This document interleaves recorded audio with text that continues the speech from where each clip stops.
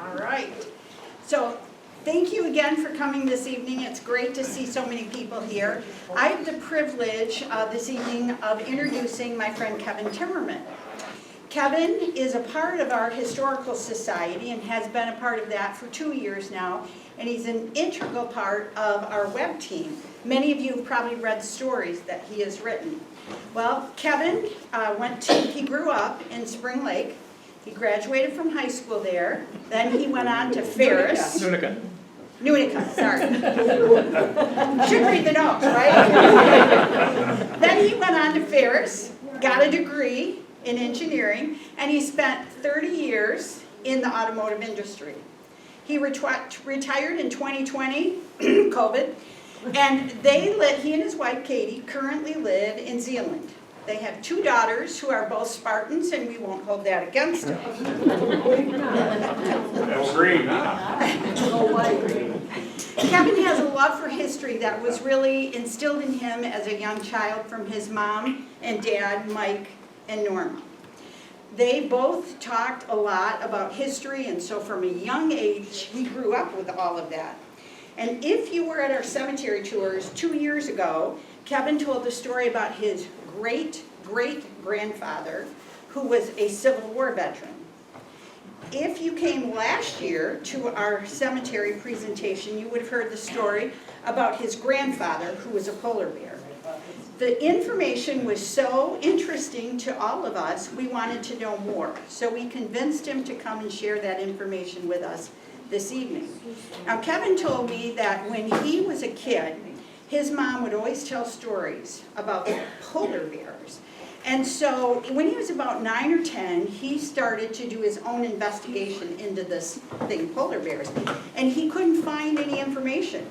And if all of you remember, in our history books, they weren't talked about.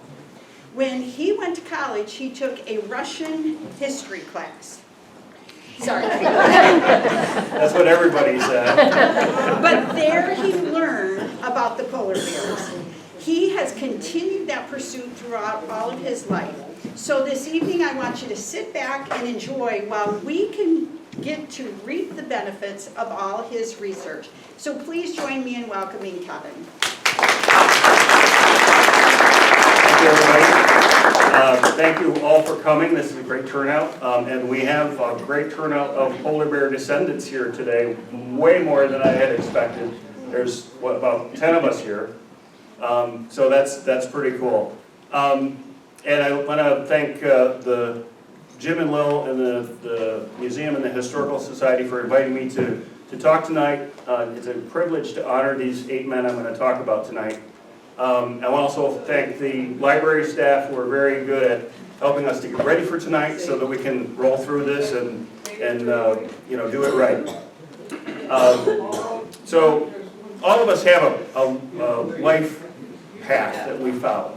And most of us have had the privilege of deciding what we're going to do, where we're going to live, where we're going to work. Maybe our job will take us someplace. But that was earned by people who didn't have that option. The world came to these 8 guys and took them out of West Michigan and sent them off on a journey. Tonight we're going to follow that journey. And we're going to find out how these men that set off to be doughboys came to be known as polar bears. So what I'm going to start with tonight is a song, and I didn't have it set up to go. And this song you may be familiar with, but I knew the refrain forever, but I'd never listened to a lot of the rest of the song. And it not only sets the mood, but it also sets the expectations for these guys. Okay.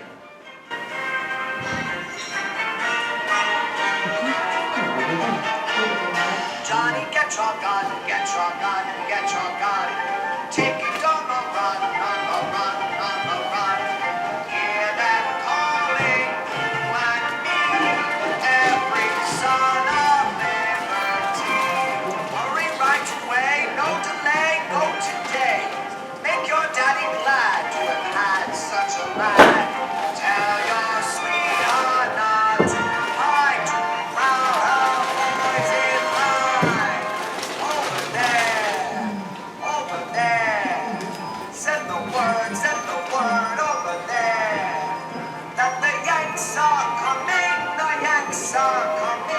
a drum drum coming everywhere. So prepare, say a prayer, send the word to beware. We'll be over, we're coming over, and we won't come back till it's over there.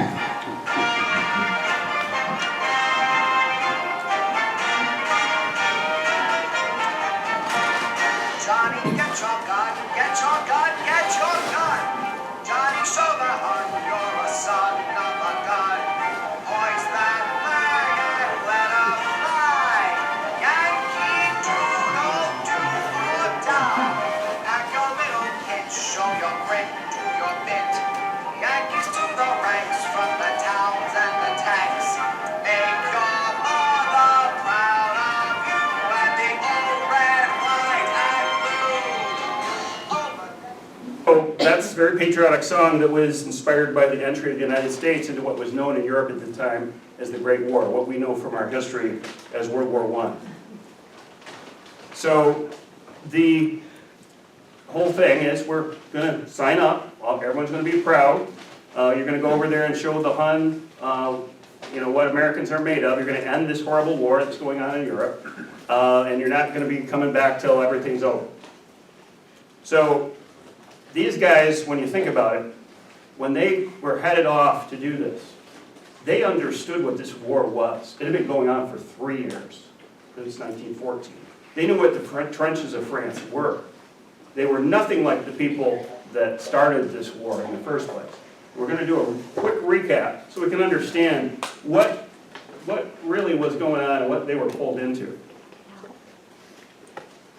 So in 1918, or 1917 in Europe, or 1914 in Europe, sorry, it was an ideal summer.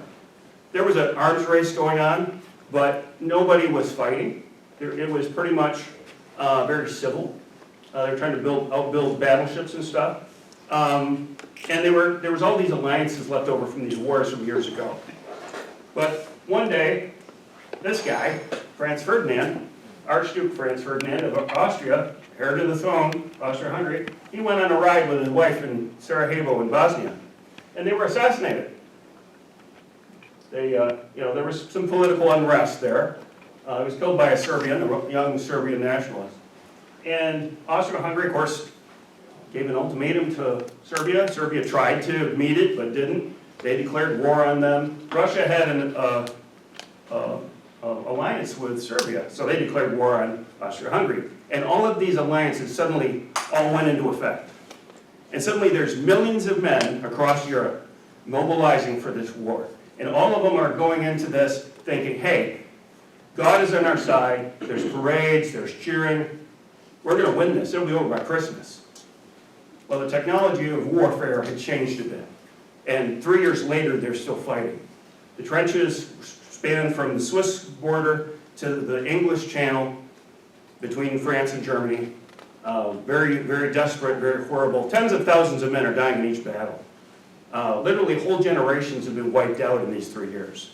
So we have Great Britain, France, and Russia, and a whole host of other countries fighting Germany and Austria-Hungary. The Germans are the Huns, that's the slang, derogatory slang for them. And all their allies are fighting this out. And the United States says, no, we don't want anything part of that. President Wilson in 1914 said, we are not going to do that. But because Germany attacked through Belgium, and they did a whole bunch of horrible things to unarmed civilians there, we didn't think much of Germany. So we were going to supply our allies with everything they would need. So go into this, and you think these are colonies, these are countries, Germany and England have colonies all over the world. They're fighting in Central Africa, the Middle East, the South Pacific, the South Atlantic. But it's the North Atlantic that's going to eventually draw us into that war. You might have heard of this ship. This is the Lusitania. This almost got us into the war in 1950. The Germans sank it. They had perfected submarine warfare, and they sank this ship without warning. It sank in 20 minutes. 1,200 people died, 128 Americans. That toll of Americans infuriated us, of course. But the Germans, we won't sink passenger ships anymore. So we backed off. and continued on. And then in 1917, the Germans were saying, you know, things are going really bad. We got to do something. We got to beat France. We got to shut all this stuff that's coming into England and France off. So they went to unrestricted submarine warfare. They began sinking American ships. And then they sent a telegram down to Mexico and encouraged them to attack us. And that's when these two guys got involved. So we had Woodrow Wilson, president, went to Congress, said, hey, this is unacceptable. They declared war in the spring of 1917. And of course, well, know Uncle Sam, he was created about that time for, like, you know, recruiting. And of course, the song is a big recruitment thing, right? Well, that wasn't enough. So, Selective Service Act. Here's my grandfather, Stanley Bartholomew's draft notice. You're in the Army now. He has to report on September 18th, 1917 at 5 p.m. to the Armory in Grand Haven. And he will be taken to Battle Creek, Camp Custer. Now, there's a lot of stuff in this fine print, but the thing I found interesting was they told him, if you like your clothes that you wear there, you can ship them home. Otherwise, wear something we can get rid of. Here is a postcard. This is the draftees arriving the train station, and they walk up the hill to the camp. They're coming in from everywhere, thousands of men. We're going to be following 8 of them. And this is Camp Custer. This is a panoramic photograph that my grandpa had, showing the whole camp as it was in 1917. Down here we have what they would be wearing, and I'm wearing it. So it's 100% wool. It's very heavy. I can't imagine fighting in it. For those of you who were around for the cemetery tour, you're going to like this one. This is like, we're now in the spring and early summer of 1918. These guys are, you might notice they're wearing long sleeve shirts, long pants, and that's all wool. I was not exercising in that, I'll tell you, I was hot. Got up to about 90. So, our first guy, well, we had Stanley Bartholomew, right? So, he's a member of the 310th Engineers Company C. This is the photograph that's over there way to the left. And it's at Camp Custer, and he was supply sergeant for this company. So he's responsible for providing all of these guys, there's about 300 of them, with everything that they had. Also in that picture is Ralph Bennett, Private Ralph Bennett, not sure where either one of them are in this picture, but they're both in that picture. Also in the engineers is George Wyman from Utica. And I didn't mention it, Ralph Bennett's from Coopersville. George is, the Wyman family came in as pioneers. They were lumber people, and then they went to farming. And when I grew up, there was a Wyman, what was left of the Wyman farm on Fitzgerald Street, just east of 104th Street. If any of you know the Spinner farm out there on Fitzgerald, it was just the next house to the east until somebody burned it down. Here we have Stanley with a friend over here. If I can get this pointer to work. A little friend on the farm. The Bartholomew farm was on the corner of 104th and Leonard on the southwest corner. Here he is in 1909. He's the, I'm trying to make this thing work. There we go. Hairdo is kind of interesting. Class of 1909, Utica. And of course, here he is with some of his fellow soldiers. This is him here. It says Company C. If anyone recognizes those other guys, let me know, because sometimes that happens. And then, of course, with his portrait.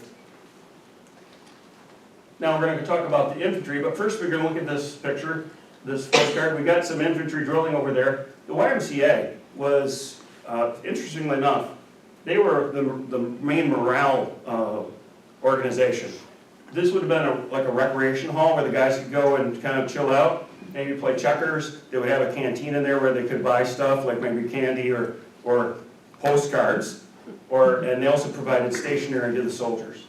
So it was, they were everywhere. They were in the fronts, they were in the camps, along with the Red Cross. Red Cross was more concerned with well-being of them, and these guys were more for the morale. Now, the infantry, we have 4 in the infantry. This is Andrew Kramer from Vermont, Private Andrew Kramer. This is William Bryan, known as Bill Robbins. He's from Hesperia, and he was in, I believe, Muskegon Heights at the time he got drafted. But for those of you who might know the Robbins family, you know I see in here, and for the rest of you, it'll come. And then this is Alan Welton from Nunica. He's in infantry as well. And there's a George Haffenbrack, also that's in the infantry. George Haffenbrack and Andrew are in Company G. Bill Robbins is in Company I, and Alan Welton is in Company F at the 339th Infantry. The last guy, and literally it's a guy, Guy Gillespie from Conklin. He has one of the more interesting ranks. He's a wagoner. In the civilian world, he would be a teamster, but in the Army, it's a wagoner. So he would be probably driving this wagon or in these wagons over here. And as you can see, this is a review at Camp Custer in 1918. They were still using horses, mostly. You got pack horses, you got the wagon, you got some wagons over there. The wagoner was completely responsible for the wagon and the team, whether it was horses or mules. He would have to be keeping track of the animal's health, get them to the vet, get the farrier in to have them reshod if necessary. He was responsible for every aspect of the wagon, keeping it maintained. And he also was, of course, driving the wagon and loading and unloading it. One of the things I found interesting in doing some research is the Army did try to find people that were actually qualified for this kind of stuff. My grandpa had run an ice cream shop in Nunica on the main street before the war, so he was kind of a shopkeeper. So that would kind of go along with him being a supply sergeant, because that would go help that thing. I don't know much about Guy Gillespie, but I would imagine that he was either somebody that had some experience in livery stables or was off the farm, because in 1918, most of the farms were still running with horses. They might have had a car to go into town and back, but all the farming would have been done with horses still. So now we have our 8 guys. There they are. Part of the 85th Division, the Custer Division. And now they're setting off for France. 30,000 of them. If you think about the company photograph over there, the Company C, it's about 300 guys. 100 groups like that going on training. Took 70 trains to get them to the East Coast. And they're all going to France, the trenches of France, and they're cheering and morale is high. Now, this is my grandpa. He's standing in front of, Patty Langley's house in Nunica, if you know where she lives. That's where his in-laws lived at the time, and where his wife grew up, Beatrice. He also started a diary. And tonight we have Carrie Snowden on the camera. We also have Tom Otterbein, who's going to assist us by giving us insight from Stanley's diary. And let's see what Stanley has to say about what's going on. Okay. July 11th, 1918. Left Camp Custer, 3 p.m. in a rain. July 12th. Passed through Canada, Pennsylvania, New York, and New Jersey. July 13th. Arrived Camp Mills, 2 a.m. July 13th through the 21st. Outfitted company. Okay, well, not a lot of stuff there, but you kind of covered the route. Here we have a very basic path for that. And this is Camp Mills. Camp Mills is on the southern end of Long Island, and it's basically a transitionary camp for everybody that's coming in from all parts of the country. They're staying here while they're assigned to shipping and ships. So basically, when he talks about outfitting the company, when they arrived there, he would make sure that all of the men in the company had all the equipment and gear that they needed to have to be boarding the ships. And then, of course, these men would be, all 30,000 of them, would be boarding the ships to go to Europe. The engineers went on a ship called the Grampian, and Alan Welton and Company F were on a ship called the Northumberland. And these were typically cruise ships, or, well, not cruise ships, passenger ships from their time that were acquired by the Navy and put into convoy duty. And let's see what Stanley has to say about this leg of the trip. July 21st, left Camp Mills for overseas. August 3rd, arrived Liverpool, England, did not see one submarine. August 5th, arrived at Camp Cowshot, very beautiful morning. Okay, so here we have their trip from here to over to Liverpool, which is on the west coast of England. And here we have them traveling from Liverpool down to Camp Cowshot, which is just southeast of London. Now the infantry, the 339th, went to Camp Aldershot, which was near there, and the engineers are at Camp Cowshot. And what these camps are, they're transitional camps again. They're staging camps for going into Europe. So these guys are there to figure out where they're going, and someone like Supply Sergeant Bartholomew, he would have to know all of that to start sending stuff ahead. All their gear, I mean, they build stuff, so they got tools and things. He would be shipping all that stuff ahead into France where they're going. Now, some of the other soldiers had some time, and they got some leave, and you can't blame them, because this is probably the last bit of normal they're going to see for a while. You consider where they're going. And two of them, Bill Robbins and one of his fellow soldiers, they went into London, and they were walking down the street, and suddenly everyone said, "The king is coming, the king is coming." So everybody started lining up in the street, and sure enough, here comes the king in his carriage, and everyone's bowing and kneeling, and Bill wasn't about to do that, because we're Americans, we don't bow to a king. So him and his buddy, they stood at attention and they saluted the king. And as the king went by, he saw them, and he and the queen saluted them back. So just one of the things, many things that they got to see. But while they were out there walking around, they started hearing this rumor, hey, maybe some of us are going to France. And they couldn't understand this because, you know, everything is pointing at France. We're the doughboys, we're heading over there, we're going to save France, we're going to save Europe. Well, there's one person in this group that has to know what's going to happen, and that's Sergeant Bartholomew. Let's see what he has to say. August 14th, a great deal of talk about a trip to Russian territory. August 15th, received Russian rifles. August 15th through the 25th, spent time getting ready for a trip to Russia. So there it is. One day they're talking about it, the next day he receives Russian rifles. Now when I first read that in the diary, there was two questions that popped into my head. Well, why would they have Russian rifles? Because they would have had rifles that they were issued in Camp Custer. And how would they get these things from Russia? Well, to answer those questions, we look at one. So this is a Model 91 Mosin Nagant, which they were issued to go to Russia with. The 91 designates the year it went into service, 1891. This thing, Stanley was born in 1891. This rifle's been in service since then. The Americans were issued the American Enfield, which was a British rifle that was converted to American ammunition. When we entered the war, we had to get a lot of rifles built really fast. You know, there's 30,000 guys here. So they converted, we were already building the Enfield rifle for the British. It was easier to convert to that. Now, why they would want to, the Americans really liked the Enfield rifles, why they would replace it with this one is very simple. This one's 7.62 millimeter, and the American Enfield is 30-06. Where they're going, there's no 30-06 ammunition. So this is 7.62, there's lots of ammunition where they're going. Very easy answer.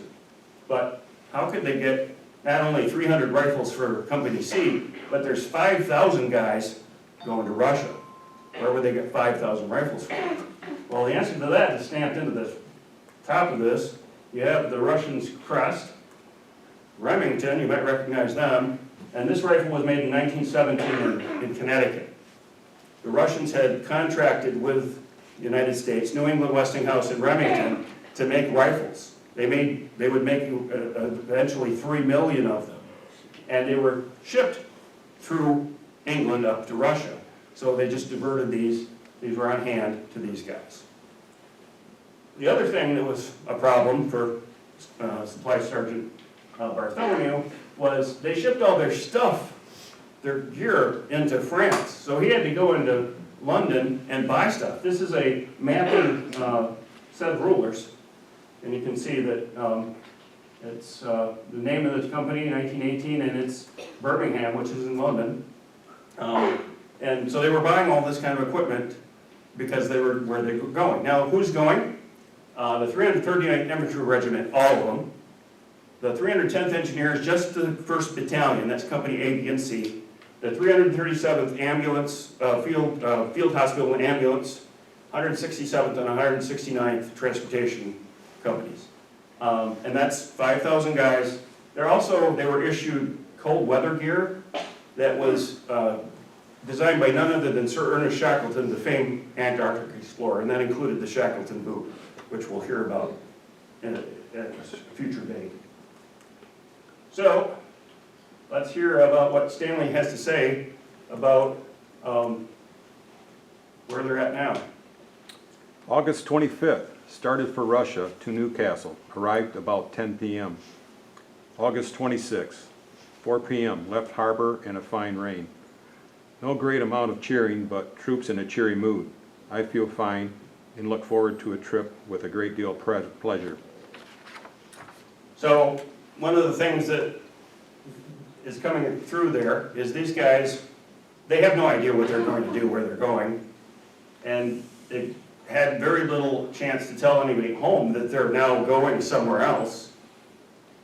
One or two might have got a letter off, but they're definitely not going to the trenches of France. So there's machine guns and poison gas and artillery and just death there. These guys are going to go to Russia, and there's two prevailing theories. One is that all this stuff they've been sending to Russia into the northern ports needs to be guarded. We don't want the Germans to get it. Or we don't want the Germans to take those cities and make them into submarine ports. Those are the two things that these guys can come up with because they're not told a whole lot and they don't know what really is the situation. Now, the one thing that they were not able to get away from that was going on at the front as well in France was the Spanish flu. It broke out on two of the transports, the Somalia and the Nagoya. Those were the two ships that the infantry were on. It did not break out on the Tidius, which is the ship that the engineers were on. So, well, it looks like they're nearing their destination after about a week. Let's see what Sergeant Bartholomew has to say about arriving in Russia. September 4th, 1918. Morning fine mist. Steaming up the Dvina River past a sunken ship. Land very low, scarcely above the water. Endless piles of lumber and logs. People did not seem very cordial until Old Glory was put up, but after that seemed very glad to see us. We are anchored off Archangel. The weather is quite warm and the view of the city is not at all bad. September 6, 1918. Began unloading this morning and continued until 3 p.m. We disembarked at noon and waited for a ship to take us to Archangel. We are to stay there and do a great deal of repair work. We were taken to a barracks that one of the Tommies called an orphanage. Tonight there is trouble on and all the power is cut off, leaving the entire city dark. We have been warned not to leave quarters after dark unless well armed, as the Ruskies have a playful way of stabbing a person in the back. There are many wild rumors current, and we think we must be in a rather ticklish situation. September 8th. There was some sort of election here last night, and trouble was expected. No one knows who is friend or foe, and consequently, we are kept guessing. The people here are hungry and crazy for cigarettes, and are paying as high as a ruble for them. The poor little boys have hardly any clothing and are mighty pitiful objects. No news from America nor any other civilized world. We are living with a bunch of Mongols, Finns, and English. The company is now running a large sawmill and are soon to take over a foundry. Also, they are at work on some electrical construction. September 9th, 1918. Strike still on. Natives are sore because British are running town. Strike called off and have accepted American and British form of government. September 14th. landed everything safely at Salambola Pier, and took them to a new barracks. Small boat badly shot up. 2 men killed. American infantry has 31 dead by pneumonia. So these are the 3 transports. You might notice the interesting paint job that's called dazzle camouflage. It's designed to make it difficult for a submarine to target the ship looking through a periscope. Of course, they were always worried about submarines. And now they're finding themselves in this kind of strange city. Archangel is a place that's kind of modern and it's kind of old. And you have these churches that are all through northern Russia that are hundreds of years old. But Archangel also had electricity and electric tram cars. Of course, when stepping off the electric tram cars, you had to be concerned about stepping into the open sewers of the street. So it was one of those things where they were dealing with a culture that was kind of different from what they were used to. Now this is the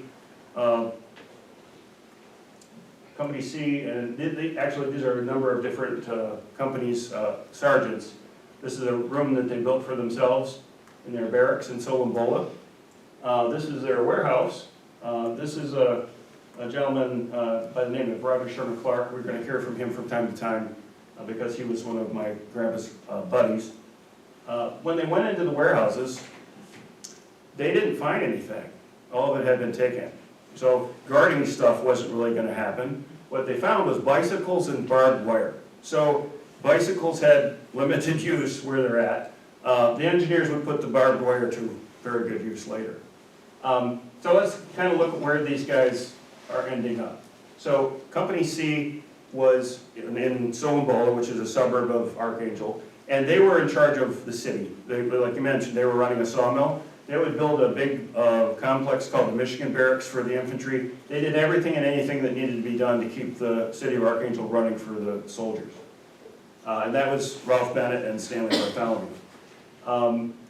Also in Archangel initially are Alan Walton, George Affenbrack, and Andrew Kramer. Company G and F are originally assigned to the Smolny Barracks, which was in Smolny, which was another suburb of Archangel, and their job was to guard and patrol the city.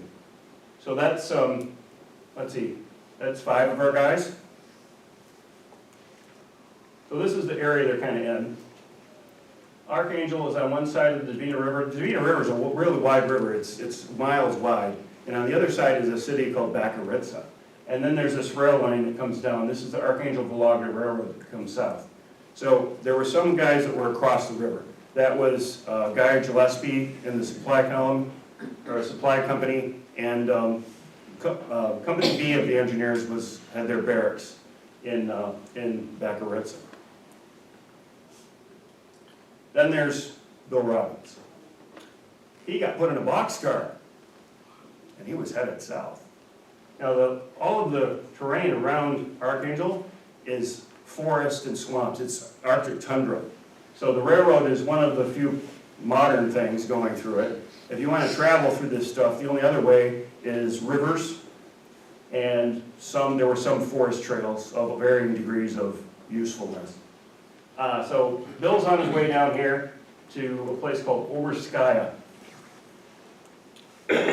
And it's this area here, so a village on the rail line. Now this is a map that was drawn by the engineering mapping group. It says NREF, it stands for North Russian Expeditionary Forces. So we have Overskaya right here. This is where the train was coming to. And we go to a close-up, and we have, it says, you can't really see that, it says verst. A verst is a unit of measure by the Russians. It's the equivalent of mile or kilometer. It's about 2/3 of a mile. These guys had to deal with a lot of stuff. Russians had their own measurements. Verst, arshin was like yards or meters. They had their own calendar. So for the Russians, it was a different day. And of course, the language barrier was incredibly difficult. Now these guys go down to verse 455, 454. They number the railroad like we number our highways. And they get off the train, and Bill is told to get his rifle and put on his helmet, get in the trench, and start fighting. And he's fighting something called the Bolos. And this is something that he wasn't prepared for, as no one was. And the Bolos are the Bolsheviks. So there's a whole bunch of things that are going to come to realization of these guys right now, everywhere. Now, some of the other battalions were going down these rivers. They were going all over the place to these little towns and little villages where the fronts were. And they were going to fight these Bolos. The other thing they found is they were under British command. The British general, Poole in Archangel, was the highest ranking officer. The highest ranking officers in the American unit was Colonel Stewart of the 339th, and you have Major or Lieutenant Colonel. I'll just go with Lieutenant Colonel Morris of the Engineers. No, Lieutenant Colonel Morris is from Grand Rapids. Just thought I'd throw that in there. But they are outranked, and Colonel Stewart takes a lot of guff because he doesn't really do anything about it. He doesn't go to the command in Europe and say, hey, what's going on here? They just kind of accept that the British are in charge, and the British are in charge. They confiscate every American flag. They do not want the Americans to show any kind of insignia. This U.S. thing on my collar would be where they couldn't have it. They couldn't do anything to show that they were Americans. That really, that really made them angry. The diary my grandpa had, you can't have that. When is boot? A little bit of rebellion. Those kind of things. And they definitely threw the Americans into everything. There was a British officer that went to every front, that was in charge, and they really were, shall we say, generally disliked by everybody. Not just the Americans, there were French troops there. They treated the Russians terribly, and they were, they just were, let's say, arrogant and in some cases they'd say useless. So now they find they're in this war. Well, the British took sides in the Russian Civil War. There'd been a revolution. The Bolsheviks had taken over Russia, and now the British have taken the side of the White Russians, and the Red Russians, the Red Army, the Bolsheviks, are the enemy. And here they are now in the middle of the Russian Civil War as active combatants. Now, people at home are left kind of out in the dark. Here we have an article about, this is from my grandma's clippings, that this thing is saying, hey, this guy sent a telegram home and said, hey, we're here in Russia. Finally, on October 7th, the War Department, the War Department on October 7th finally said, hey, our guys are in Russia, a month later. And they were provided very heavy clothing and underwear. We're going to a cold place. Oh yeah, okay. It also mentions here that engineers were going to build a place called Camp Michigan, the Michigan Barracks. And this is, just remember this because it's one of the greatest understatements ever. The coming winter over there will remind them of the North Woods. Now, there was something that happened in October that would impact them. General Poole was this general that sat in the back with his brandy sifter and kind of like sent the troops everywhere, kind of like,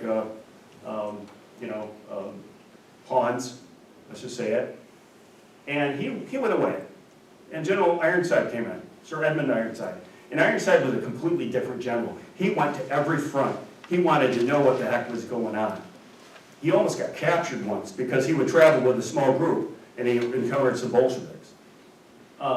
He was pretty fearless. And he got in there and saw, I got 5,000 troops in this widely spread out place. I'm in trouble because winter's coming.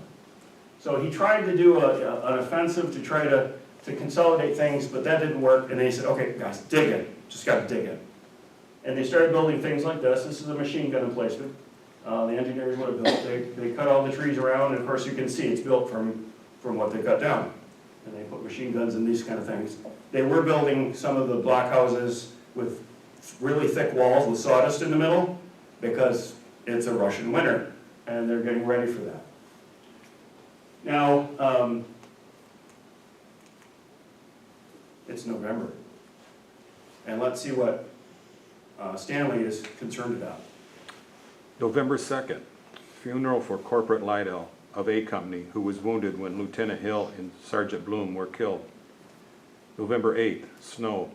Peace expected at any time. November 11th, wild rumors that Germany is signing armistice. November 12th, armistice signed. Great rejoicing and wonder expressed at the complete collapse of Germany. November 13th, we are wondering how long it will be before we leave here.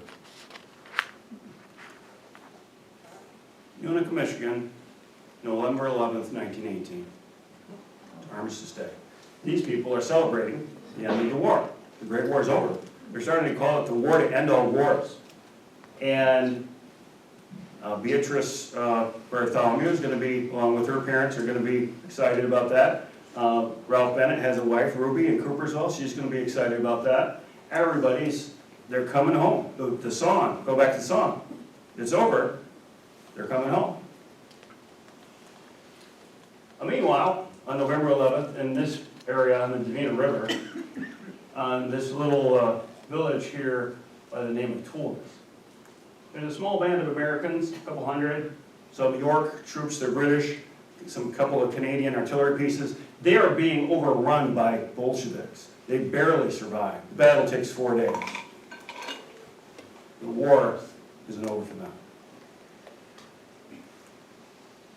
Now, also, about the same time, Company G is going off on their little adventure to the east, of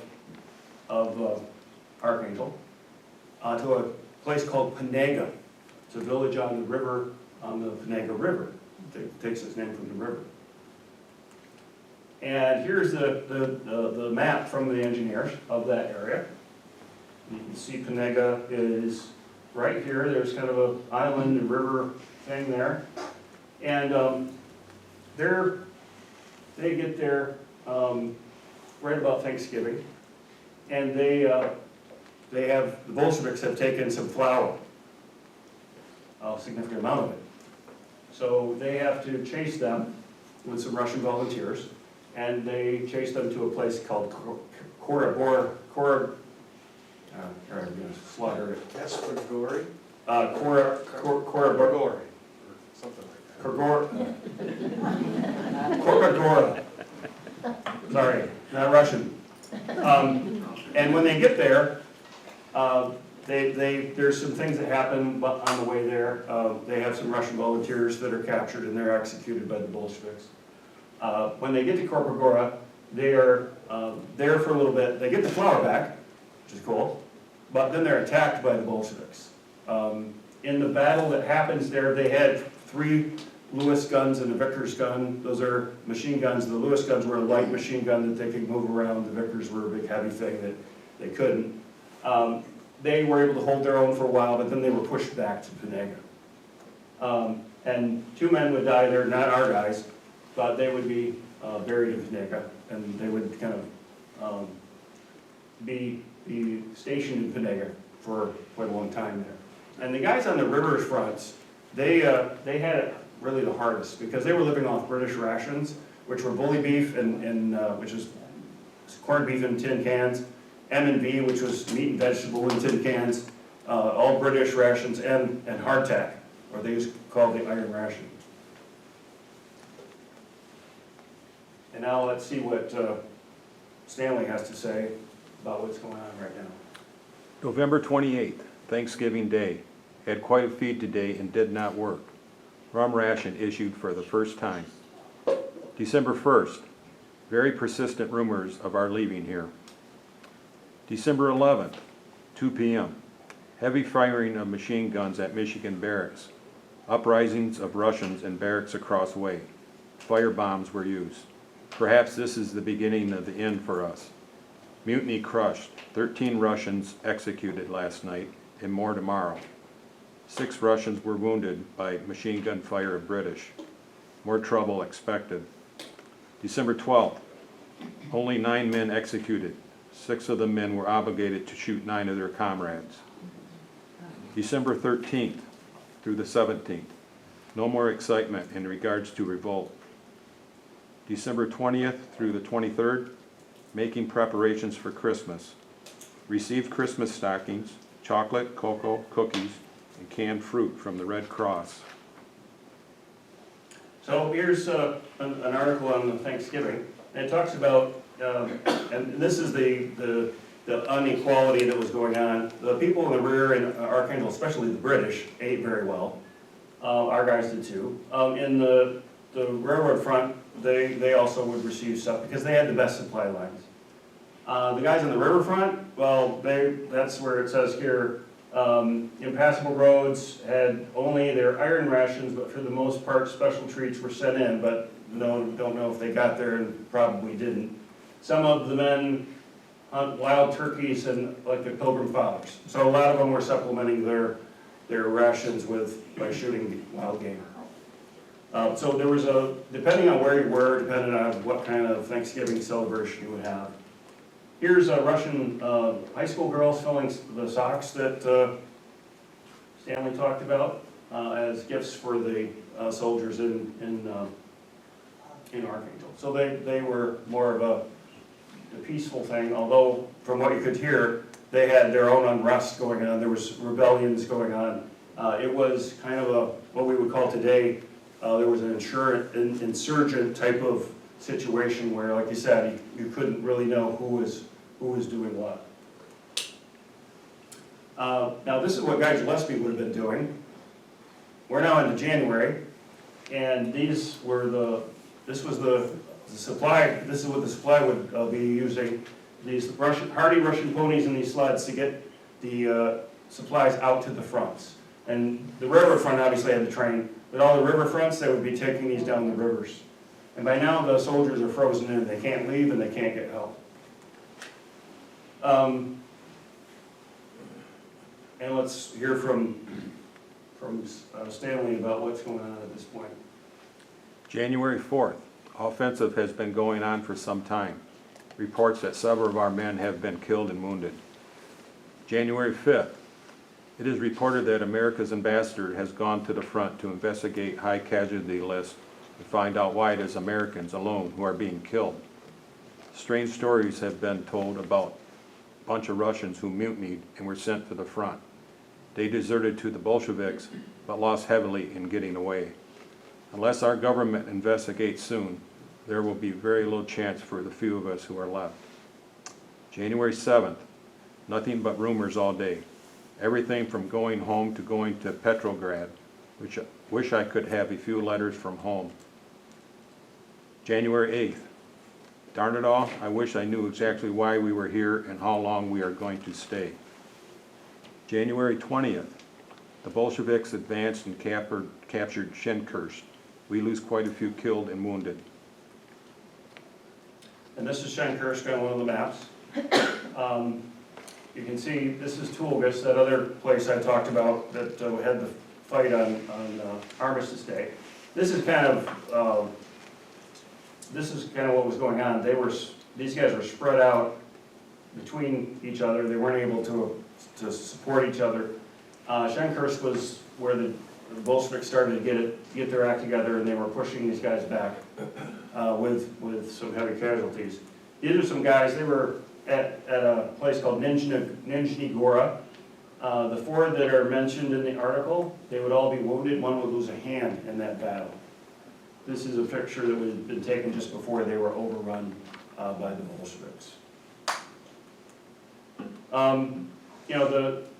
The mail was something that really, if you were on the railroad front or if you were in Archangel, you could send telegrams. There was ample mail and some, basically the YMCA stationery. But if you were out in the riverfront or out in one of the remote places, you literally were out of touch. You were isolated, and you were, not going to have any of that available to them. Now, one of the things about the letter here, you have this letter to Stanley sent home to his sister, and he mentions Cootie, our friend. There's everywhere in Russia. It's kind of a thing that they come to expect. There's parasites, bed bugs, cockroaches. It's just part of the landscape. Okay, let's hear what Stanley has to say now. April 6th, Lieutenant Pryel tells us we may not leave for 3 months yet. American general is coming. The officers seem ill at ease when in doubt what changes may be ahead. Hope we can go home soon. April 15th, turned in 62 pair of Shackletons and 18 pair of socks. Orders came in to turn in all English clothing issue except knitted helmet and leather vest. Home begins to loom closer, all right. May 30th, Decoration Day. Prayed, a fine one with our boys showing up fine. Old Glory shines out for the first time in weeks. Must be the Limeys overlooked this one. Several speeches by officers. General Ironsides delivers a speech that would have caused murder at any other time. May 31st, the 100th grave is dug in Archangel Cemetery. Spirit of mutiny grows. So everybody at this point is looking to go home. Meanwhile, what had happened is the families had taken action back home. And by this point, they had gotten President Wilson to agree to bring these guys home at the first available opportunity.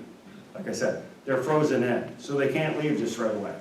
So they're still having to fight for a little while before they can be pulled out. Let's see what Stanley has to say about that. Hurried preparations for departure. At 11:30, we march away from our barracks. Many shouts of "Das Vidanya" from the Russians. They seem sorry to see us go. At 1:30, we loaded on the boat.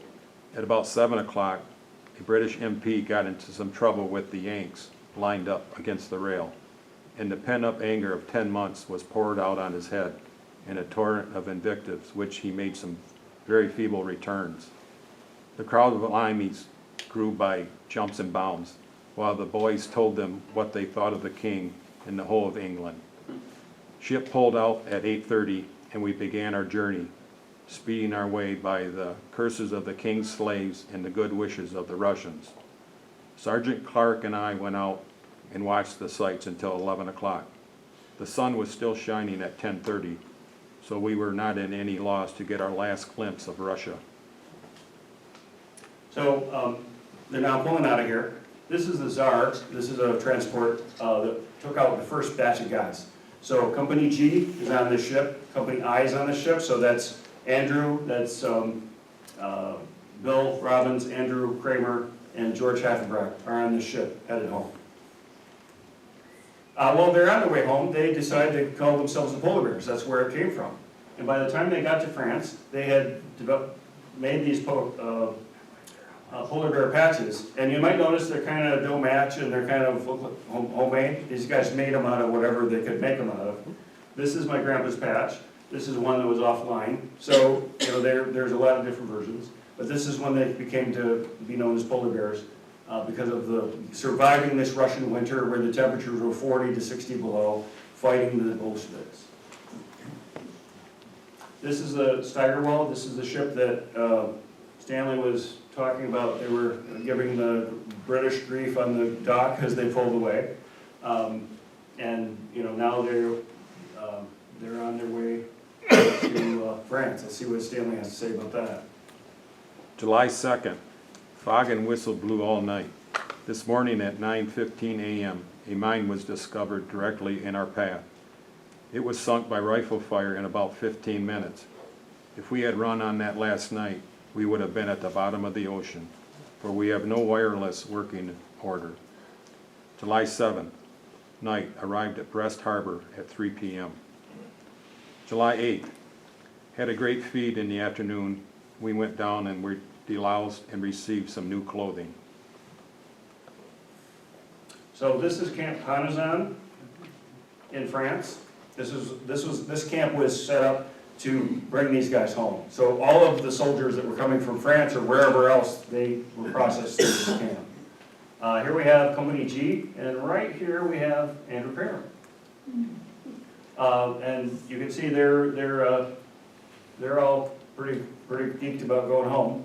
And they took that photograph. You might notice it's a lot clearer than that other one. And it's a pretty cool thing to have. The fact that they were deloused and the clothing the old clothing that they gave up was burned because, like, you know, we talked about cooties, that they were having to be cleaned up. One of the things that shocked those Russians, or these guys that were in Russia, was that when they got there, they saw other soldiers throwing food away at the mess hall, which many of them had been deprived food for so long, they just could not even understand that. Let's see what Stanley has to say next. July 11th, took the ferry out to the USS Northern Pacific and went aboard. We went to bed as soon as the ship was out of sight of land, which was about an hour after we pulled out, and slept until supper time. When I lined up, I was surprised by getting some real American bread and butter. July 17th, have been watching for land ever since morning. Heavy fog shuts down, and we are able only to make 1/4 speed. Nearly ran down a light ship and ran aground before we could pick up a pilot, and finally took us into the harbor. The Statue of Liberty welcomed us back, and we are mightily well received. Go into harbor tomorrow. And this article shows that. It showed that the engineers are out there waiting to come in and that other troops are arriving. So the first troops that came back, Company G and Company I, they would get to Detroit in July 3rd, and there would be a big party for them on Belle Isle on July 4th. So Bill Robbins, Andrew Kramer, and George Haverbrack would have been around or involved in that. But then they were taken to Camp Custer, and they were discharged there. Now, one of the most compelling stories that we've had, I've heard, about a soldier coming home is Andrew Kramer. I'm going to let Joanne tell the story of her dad coming home to Lamont. There was the reasoning of not having mail made a big difference to the people in Russia and the people back here. There was no communication. And so my dad was on a train, and the train was heading for Coopersville, Michigan. And the train stopped at Narrow Cement. If you don't know about the Narrow Cement, everybody in here probably does. But that's where he got off, because he was going to be walking down 48th Avenue, and then the farm where he lived was on Mill Road, right at the first bend in the road. And so he's running down Mill Road, and his stepmother sees him coming, and she runs to meet him, and she tells him that they all thought he was dead. And his dad was out in the field. Be careful how you walk up to your dad. Be very careful. He'll have a heart attack. And so Dad noticed his dad out there with the horses in the field, and my dad followed him. They were both going in the same direction, but Dad had to catch up. So when he got it by his dad, he made the field call. His dad didn't see him yet, but when he went, woo-wee, that meant everybody has to come to the house. And his dad then stopped the horses, and he turned around, saw his son, and then he fell to the ground. My dad ran to him, and he heard him thanking God that his son that was dead is now alive. Dad was home.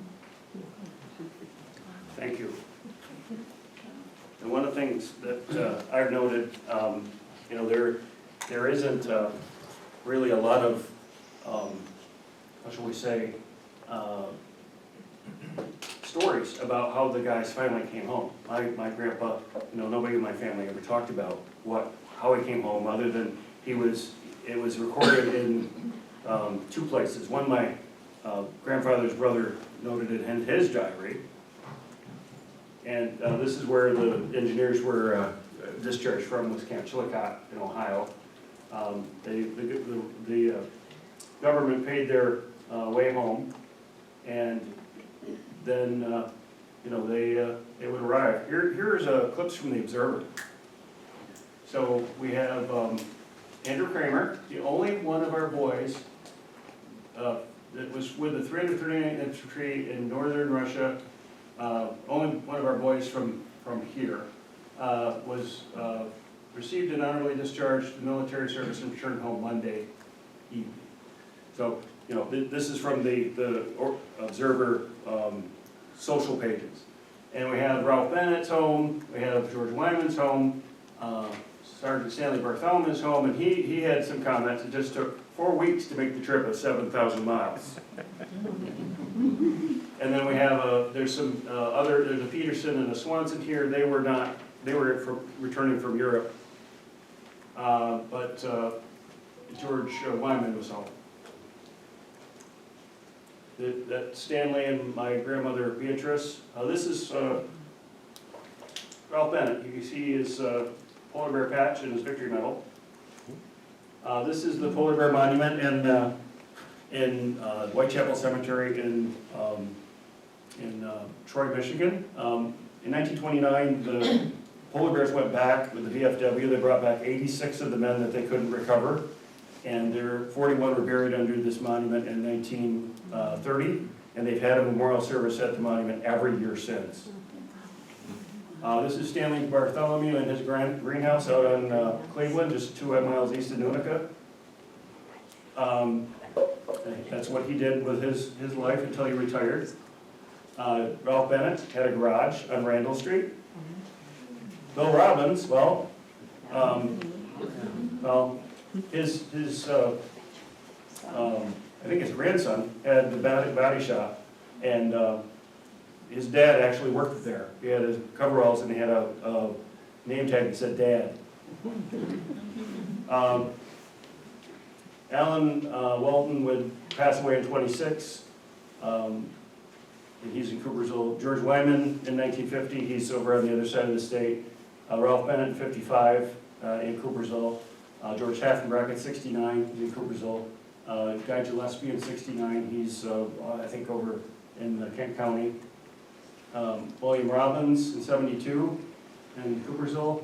My grandpa was in Ottawa Center Cemetery, passed in 79, and Andrew Kramer I think is in Lamont Cemetery in 1986. He was the one that lived the longest of these 8 men. Here's some information, different things. We're going to post this on our website, so I'm going to kind of blow past this fast, but either through the video, and we're going to post this on our websites, and so you know, you can get some more information. These are all the things that are out there. There's plenty of stuff now.